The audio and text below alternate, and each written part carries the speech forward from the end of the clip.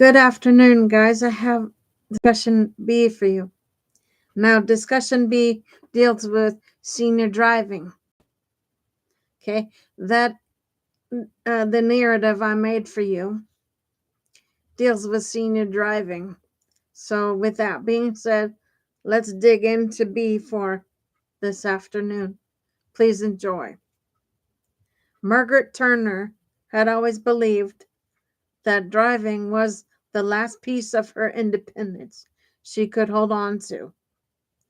She had given up gardening.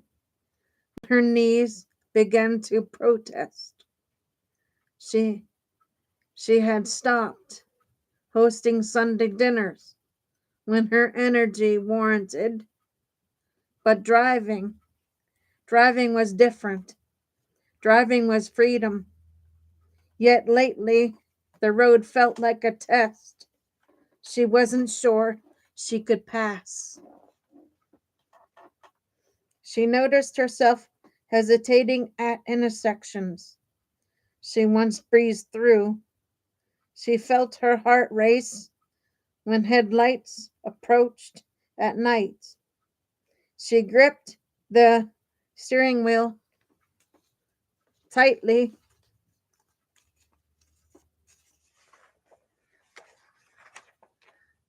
her knuckles pale against the leather.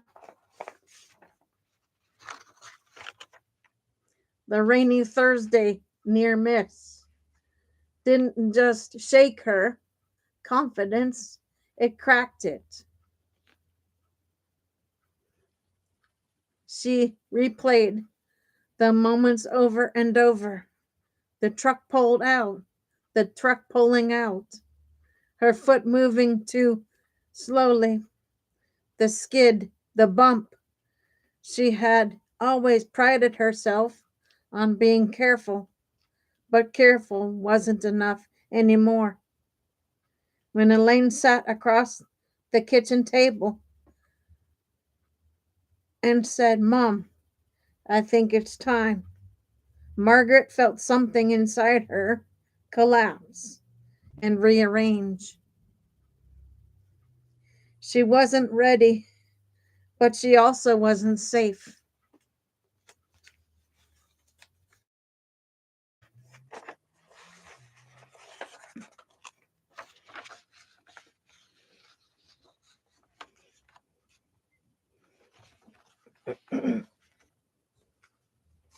And that truth spoke gently by the daughter she had once taught to drive.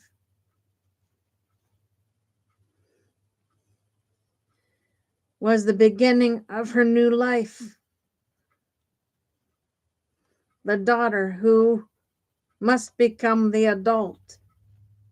Elaine Turner had spent her life, her career, caring for her own mother.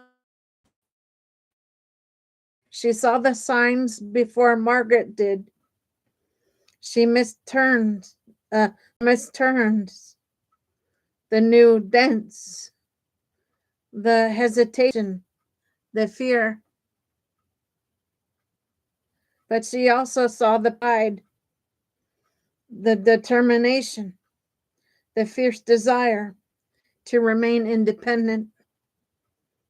Elaine didn't want to be the villain in her mother's story. She didn't want to be the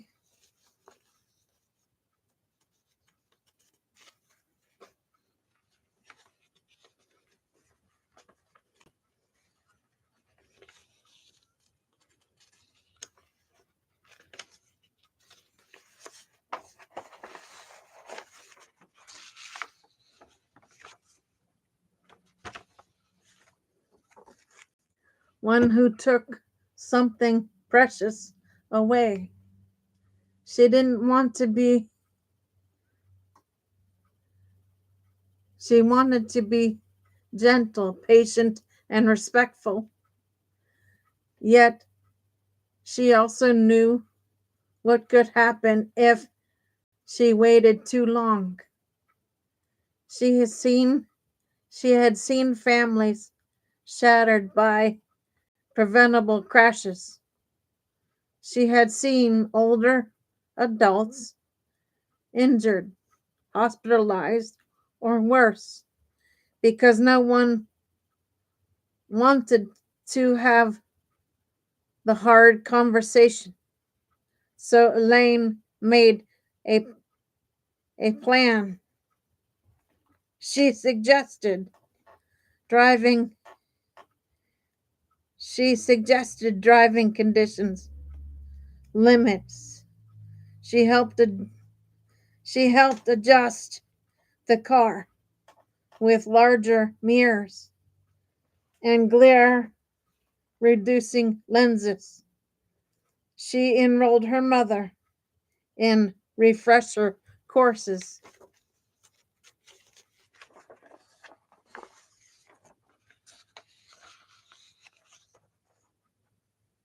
She scheduled a professional driving assessment. She built she built a bridge instead of a cliff.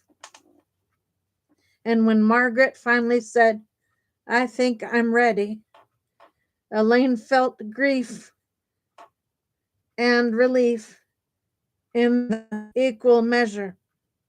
She wasn't talking. She wasn't taking something away. She was protecting someone she loved.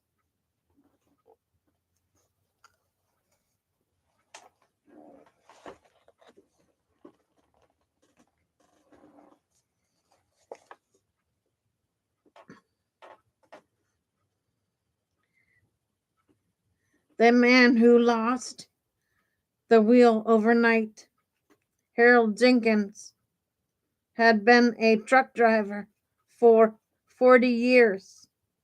He had crossed the country more times than he could count. He had driven through snowstorms in Montana, heat waves in Arizona, and midnight fog in West Virginia.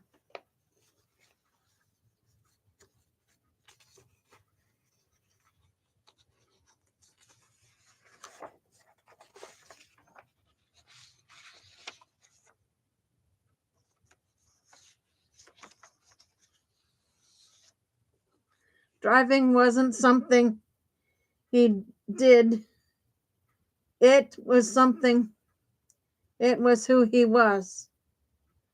Then he had a minor stroke. It happened on a Tuesday morning. He woke up dizzy, confused, unable to lift his left arm. The hospital stabilized him quickly, and then the neurologist told him he was lucky. But when Harold asks, when Harold asked, "When can I drive again?" the doctor paused. "We need to evaluate your reaction time," he said gently.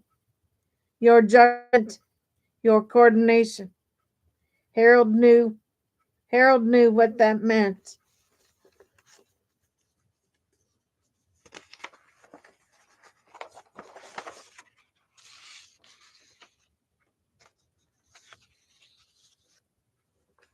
He tried to argue. He tried to begin. He tried to bargain. But the truth was undeniable. He wasn't safe behind the wheel anymore. The first time he rode in the passenger seat while his daughter drove, he cried silently, staring out the window at the road he once commanded. "I didn't realize how much my life depended on four wheels until I didn't have them," he told Margaret at the senior center months later. but he also discovered something unexpected. He liked talking to people again. He liked being part of a community. He liked being seen.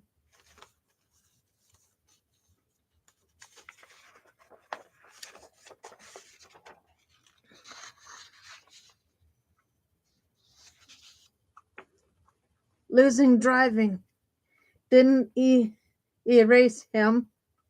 It revealed parts of him he had forgotten.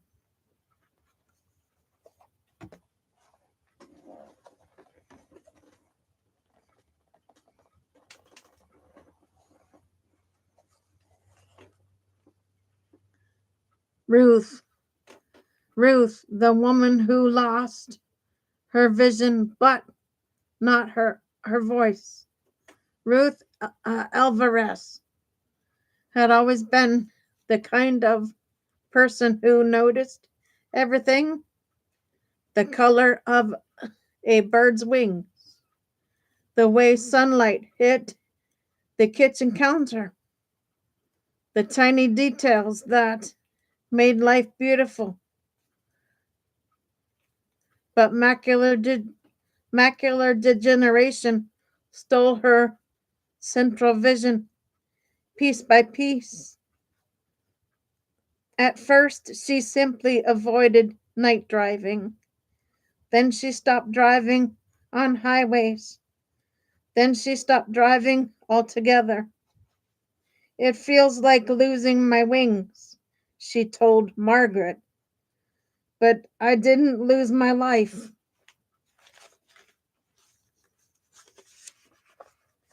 I'm an advocate at the senior center.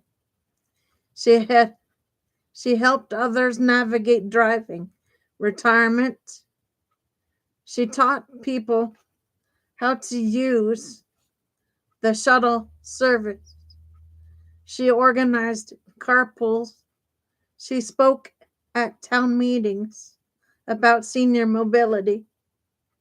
She couldn't drive anymore, but she could lead. And she did. The occupational therapist, the one who sees what others miss.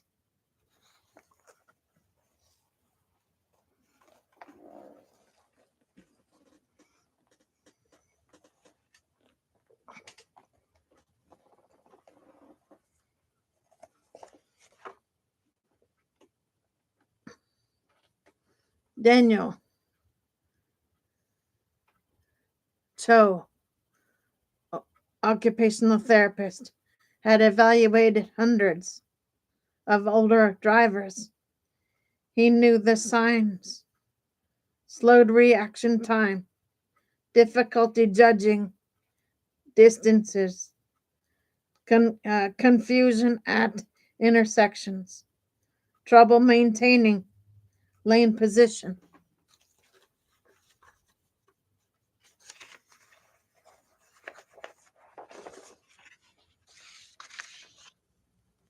He also knew the emotional weight of his role. He wasn't just assessing driving ability, he was assessing identity. When Margaret came for her evaluation, Daniel saw her fear immediately. He saw the way she gripped her phone or her purse, the way she avoided eye contact, the way she apologized for every small mistake. He guided her gently. He encouraged her. He explained every step. But when the assessment ended, he had to tell her the truth. Margaret, he said softly, I think it's time to stop driving.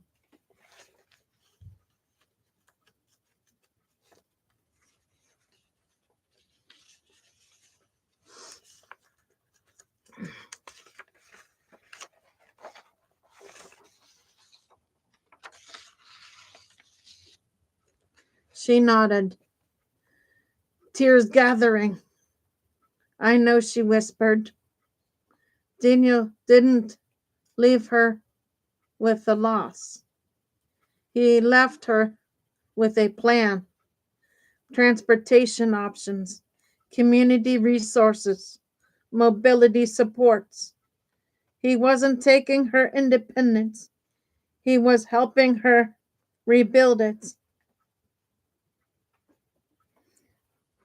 The shuttle driver, the unexpected lifeline.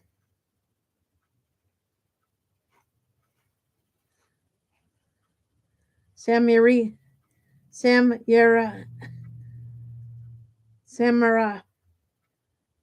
Patel. He had been driving the community shuttle for 5 years. She knew every ride.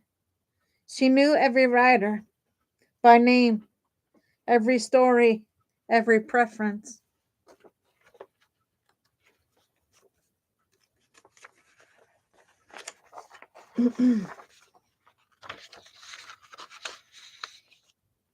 She saw the loneliness in some, the relief in others, the pride in those who had accepted help gracefully.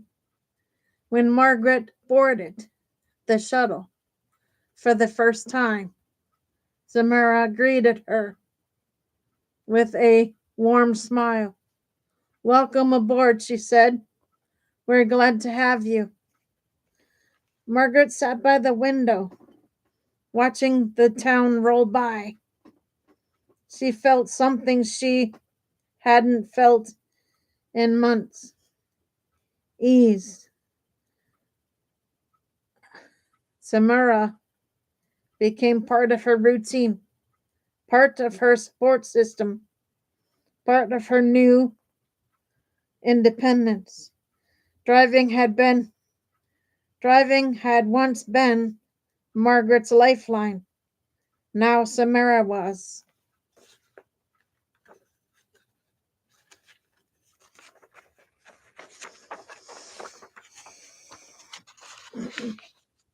The town, the community that must change.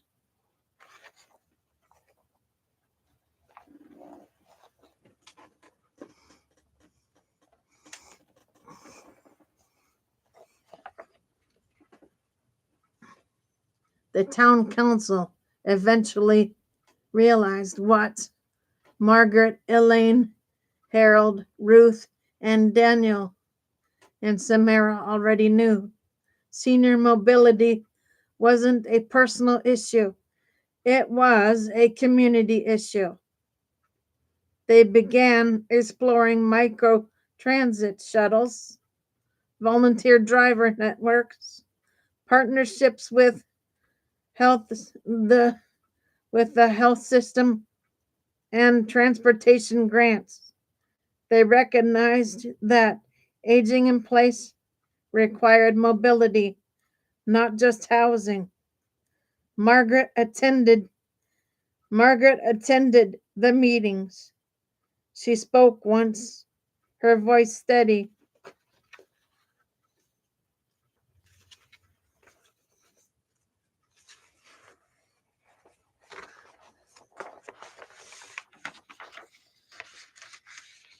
Driving retirement shouldn't mean disappearing, she said. It should mean transitioning. The room fell silent. Her words became the foundation of the town's new mobility plan. The road ahead, a collective journey. Margaret's story is not just hers, it is Harold's, it is Ruth's, it is Elaine's, it is Daniel's, it is Samara's, it is the town's, it is the story of aging in a country not yet designed for aging. but it is also the story of what happens when people choose empathy over fear.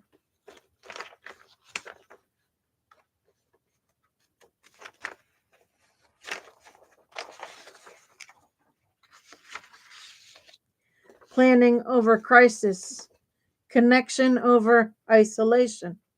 The road changes for all of us, but with care, community, and courage, the journey can remain full of possibility. Okay, guys, that is B for you. I will be on shortly with C. So give me a little bit for that, please. And I'll be back on with that for you. Okay, for now, Gator Wellness. Take care, folks.